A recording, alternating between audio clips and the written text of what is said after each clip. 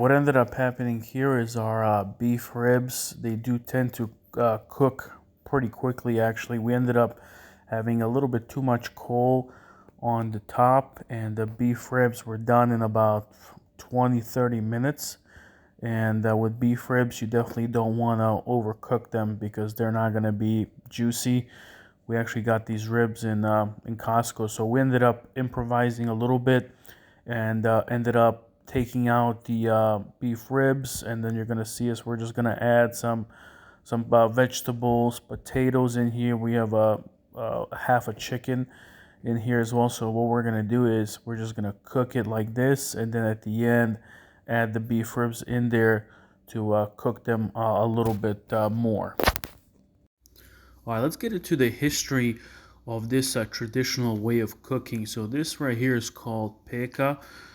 They also call it as such. So every Peka is actually has a living history of basically being in the kitchen. It's less important what people cook under it than the fact that it's a type of cooking that has hardly changed since the prehistoric times, and you can kind of see some of the history behind it, and it's enough to kind of compare to the 20th century clay pekas they used back in the day. They actually found these in our archaeological finds from the Halsted era, roughly 800 to 450 BC, and since then they really haven't changed much. Also, archaeological finds from Slovenia or the border of Croatia and Slovenia show that people prepared food over an open flame in the prehistoric times, and that practice has been preserved in eastern Slovenia, southern Hungary, Romania, Bulgaria, Serbia,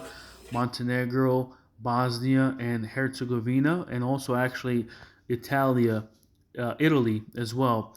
Now in Croatia, local potters produced ceramic Peka in the Adriatic and the Dinaric regions. They also shaped it on a hand-turned potter's wheel, and in Slovenia, with the help of molds, iron Pekas spread to the Balkans through the Ottoman Empire under the name Such. So that's where they got that name back in the Ottoman Empire. That's why we call it Peka, sometimes Such.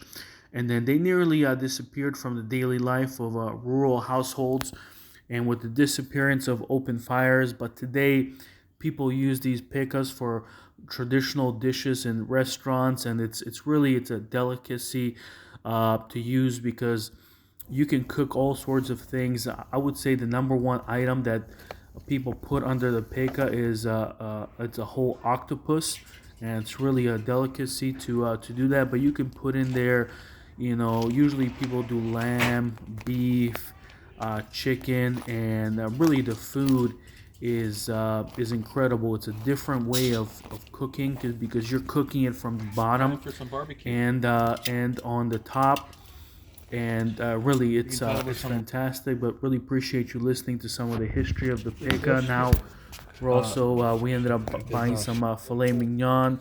We had the family over there, so we have some filet mignon roasting. Enjoy that. Thank you for listening.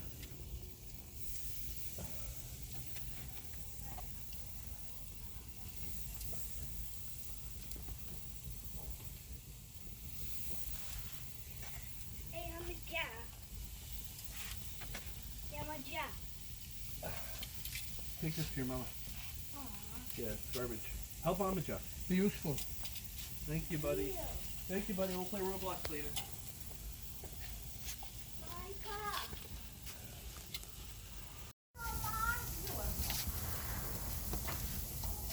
Yeah, perfect. Now we wait. Did you do it? Did you get it? Yeah. Good job, buddy. High five.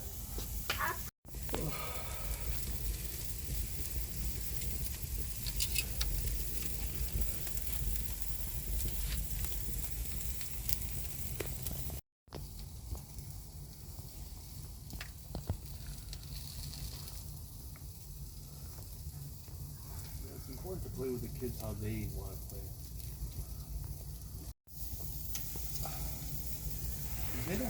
They're not at that age where they play adult things.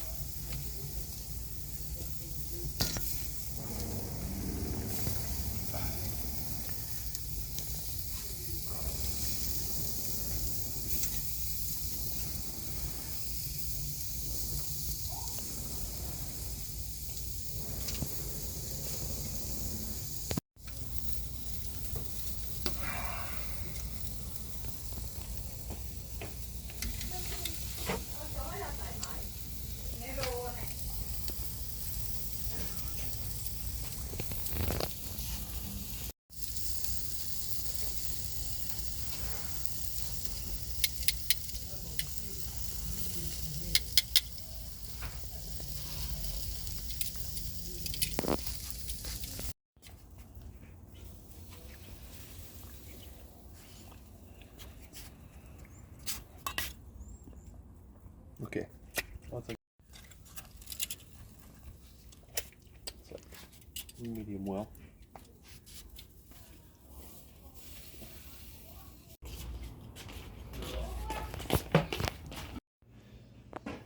Okay. I'm ready. No, I need your. Bravo, dobro bilo. You're joking. Run? Run? Dobre meso.